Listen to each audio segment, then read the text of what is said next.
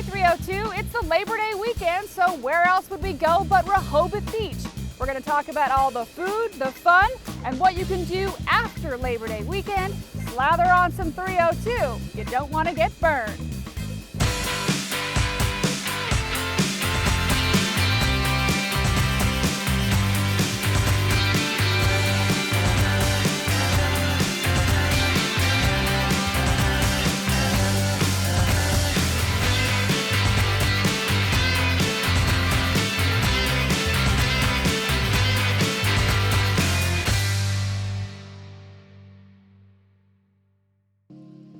Hey 302, we are in Rehoboth celebrating Labor Day, and a lot of people come down here for the sun and the fun, and maybe they don't know about the history of Rehoboth and the boardwalk, so we're going to kick things off with a little history lesson. I'm joined now by Paul Levitt, a local historian. Paul, thanks so much for joining us. Thanks for inviting me, Jackie. So a lot of people don't know that Rehoboth started out as a religious retreat, is that right? But it did. In 1873, Reverend Todd out of Wilmington, Delaware, decided he needed to establish a religious retreat community and seaside resort, Christian seaside resort.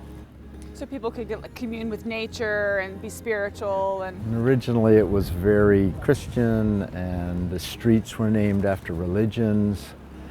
But it didn't take long for those people for the people that came here to realize that it's a beautiful place to come.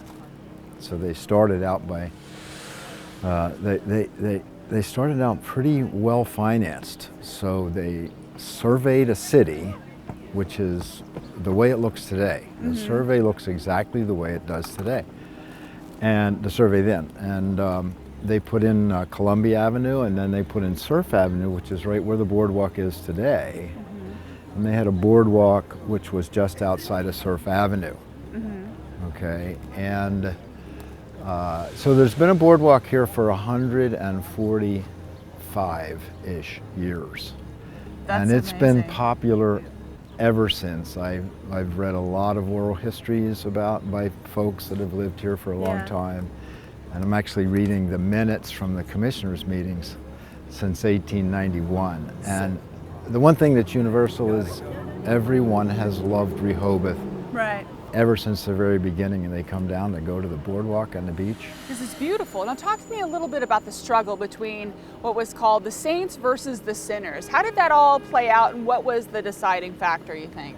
Well, that is a local lore, but it's more than lore. There were articles in the Wilmington newspapers about on the saint side, talking about how evil it was to allow dancing and card playing. And some of the original folks that lived here allowed that. Bill Bright was a famous one. He had a hotel down the boardwalk here. And it's actually right where a very famous landmark is today called Funland. Oh, yeah, we've been to Funland. Okay, and so Bill Bright had a hotel, and he allowed card playing and dancing. He wouldn't allow you to buy a drink, but you could bring alcohol to his place, and that was in contradiction to the religious principles, the original religious principles. But he sort of was very active in bringing the railroad in. The railroad arrived in 1879 and actually got extended up Rehoboth Avenue in 1884. Wow.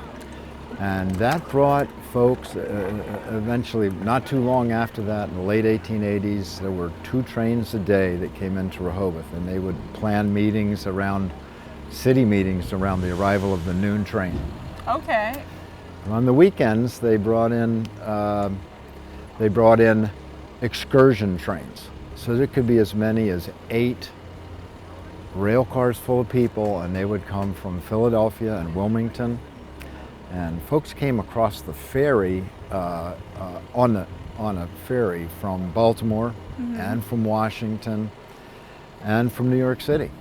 It was a lot different when they came then versus was. now. Not just all of the businesses, but it's hard to believe this boardwalk has been rebuilt 10 times. It has. It's been rebuilt 10 times. That's how many I've counted. It's roughly 10 times. And why is that?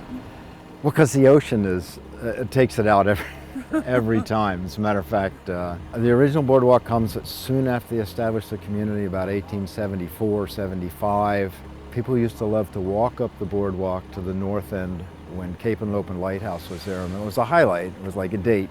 You go up and see the bright Cape and Lopin Lighthouse. In 1903, it went down in a storm. In 1905, they built the nicest boardwalk they had. The interesting thing about it was that they built it 15 feet closer to the ocean. So the ocean takes it out in 1903. In 1905, they rebuilt it 15 feet closer to the ocean.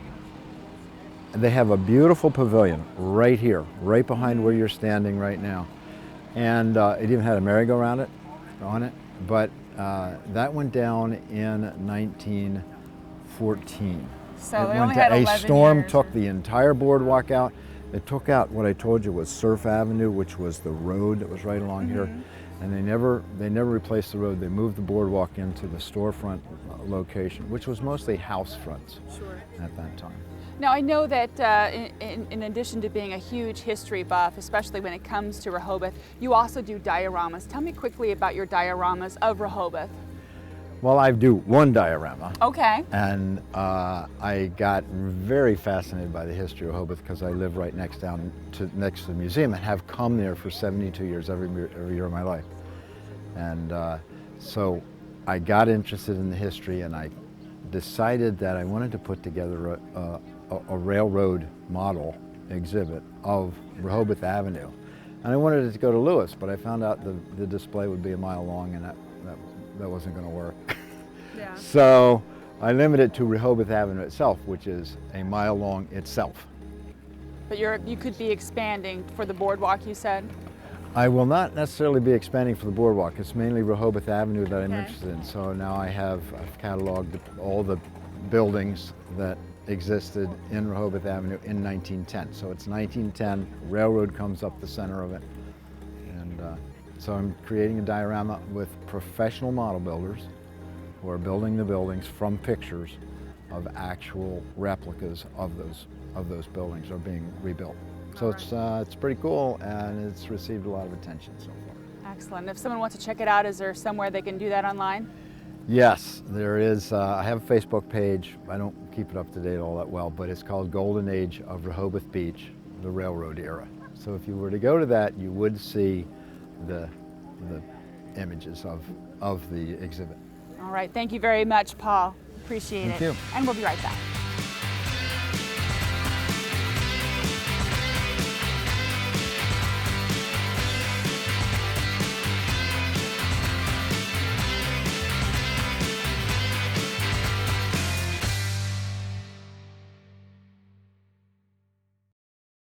Hi, I'm Philip, and I'm the director of the Rockwood Museum, and we are the best kept secret in the 302.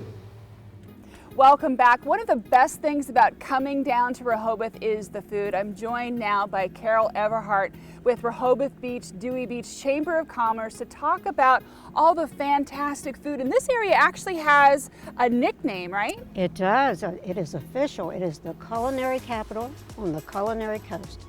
Now, how did it get that name? Because we have so many eateries. Within this 1 mile alone, there are nearly 100 options for eateries, whether it's beach food and fun food or it's the very sit-down fine dining. We've got it all. Excellent. So someone can come and maybe they want to have breakfast. They can do that. They can have all the meals here. They can have all of their meals here. The surrounding area also offers, many restaurants as you enter in Route 1 and in Dewey Beach. So whether you're looking for crabs, or you're looking for a steak, or you're looking for Italian, we've just got it all, and it's all walkable. Sure, and there's like different price points? There are. You can find anything from, a $10 and under plate to a 40-plus plate. So if someone wants more information on the food, they can go to a website? Or? They can go to beach-fun.com. Just click into dining and you'll see all the restaurants listed there. There's a dining guide that they can pick up at the visitor center or the chamber. And many times it's available at the kiosk on the boardwalk, but ask a local. Ask a local. That's key. All right, Carol, thank you very much. We're going to check out some of the food just in a couple of seconds. We'll be back to talk more about Rehoboth in just a minute. So let's check out that food. Through the magic of television, we are now from there to here to talk about some really awesome food. Now, first of all, what is your name? My name is Stephania. And what restaurant are you from? I'm from Sazio in Rehoboth. So talk to us a little bit about what you brought for us today. So I brought our 1 pound Kobe meatball. It's going to be layered with ricotta cheese, marinara sauce, and then of course the 1 pound Kobe beef meatball. It smells delicious. I don't know if you guys smell-o-vision too bad, but oh my goodness. So is this your specialty? This is one of our small plates, even though it is our biggest appetizer.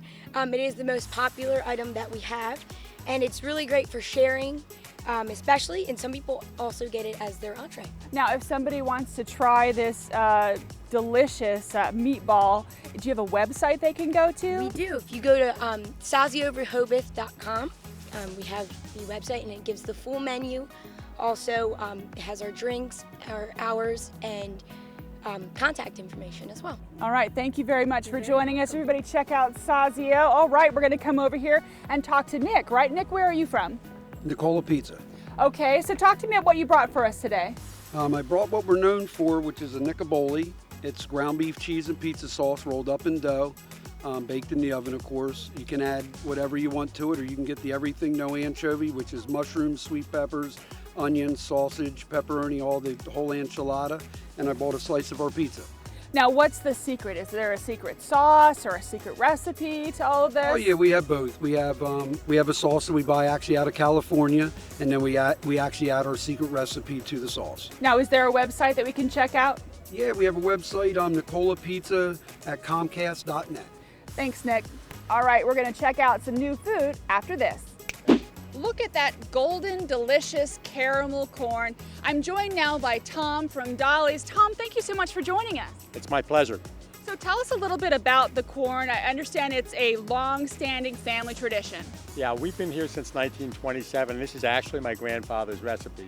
It's one of the ones we use with corn syrup, sugar, molasses. People don't use that type of a recipe because it's a lot more expensive and a lot more work. But it gives it a better taste. It's a lot sweeter, and it doesn't have like a burnt aftertaste that you get with a caramel corn that's made with just brown sugar. Now, I understand that you guys sell buckets and buckets of this delicious gold, but you also have a tourist favorite, and that's taffy, right? Absolutely. We make our own taffy here. We've made it also here since 1927. So what do you want the folks who are watching the show, thinking about coming down for Labor Day weekend, to know about your corn and your taffy and about your business? Well, the taffy and the caramel corn all made fresh. We made small batches of the caramel corn continually, all day long. Taffy's made every day, so it's going to be the freshest product you can get. Now, if somebody wants to check out the different flavors that you have, or find a location, or send you an email, what do they have to do? Well, the best thing is to come down to our location because you can walk in the back. We actually have a walk-in now. We didn't have a walk-in for the first about 80 years of business, but we have a walk-in store. They can go and check their own flavors out, put whatever they want in their own boxes. Same with the caramel corn, they can do the same thing. Excellent. Thank you so much for joining us. What is summer without ice cream? I'm joined by Chip from the ice cream store. Chip, tell me all about what you brought for us today. We brought you some fun ice creams. The ice cream store has 100 different flavors, and we always have fun. So if you look here, we also are the official ice cream of the Sea Witch Festival. So here's Sharkenstein ice cream, and we got Wicked Whale this year, so that's Wicked Whale peanut butter blubber. Ooh. We're making some fun stuff. Nobody ever in the whole world's made ice creams like this. And you have a little coffee here. What's that? Well, our store right down here called Mug and Spoon, we do this really cool thing where we can print on it. So we wanted to print you a little tourism concept on there. And so basically that is coffee that's printing on the latte. Now, if somebody, what do we have here? We have... We're bringing you some fun milkshakes. Let's face it, when you go get a milkshake, what do you normally get? A milkshake. This is Rehoboth Beach. We don't make milkshakes, we make experiences. Excellent. So if somebody wants to know more about the ice cream, where to find you, your hours, where do they go? Rehoboth Avenue at the boardwalk, okay? And we're open from 9 in the morning till late at night. Just go say hi to the girls and say, give me a free sample. Chip, thank you very much for joining us. Thank you and have fun. We'll be right back.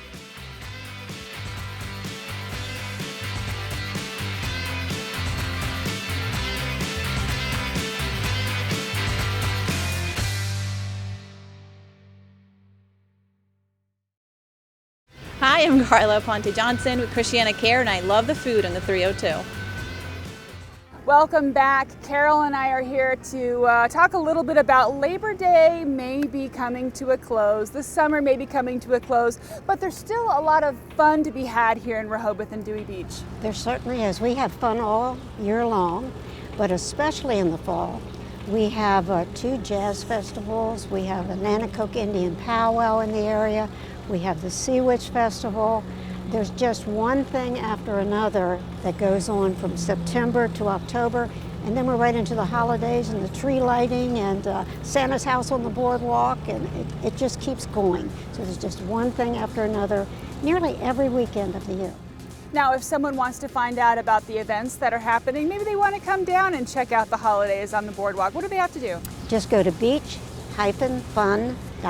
That's our website at the Chamber of Commerce. And it lists all the events. There's 52 weekends in the year, and there's over 52 activities that go on every week. Well, Carol, thank you very much as always for joining us. For Rehoboth, we love coming down and visiting with you. And we love having you and everyone else. Alrighty, thank you, and we'll be right back.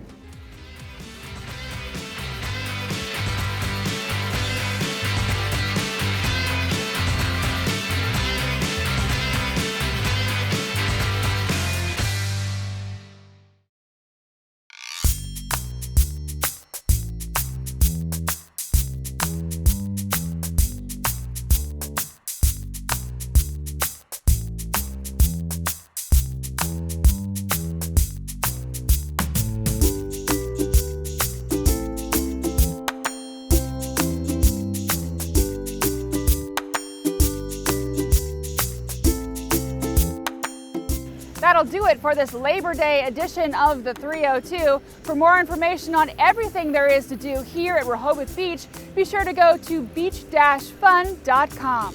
We leave you now with a beauty shot of what else? The beach. We'll see you next time on the 302.